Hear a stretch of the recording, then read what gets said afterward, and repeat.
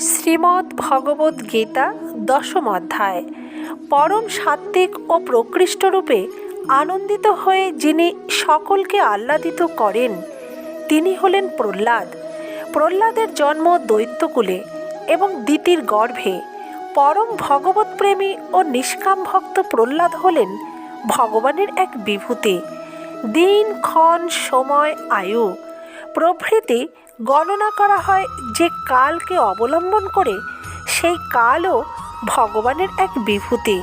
সকল পশুর মধ্যে সর্বাধিক সাহসী, তেজস্বী ও বলবান হলেন সিংহ। সেই পশুরাজ সিংহ ভগবানের এক বিভূতি বিশেষ। ভগবত ভক্ত বিনতানন্দন গরুর পক্ষীকুলের রাজা এবং ভগবানের বাহন। গরুর পক্ষী যখন আকাশে ওড়েন তখন তার পাখা হতে সামগান ধ্বনিত হয়।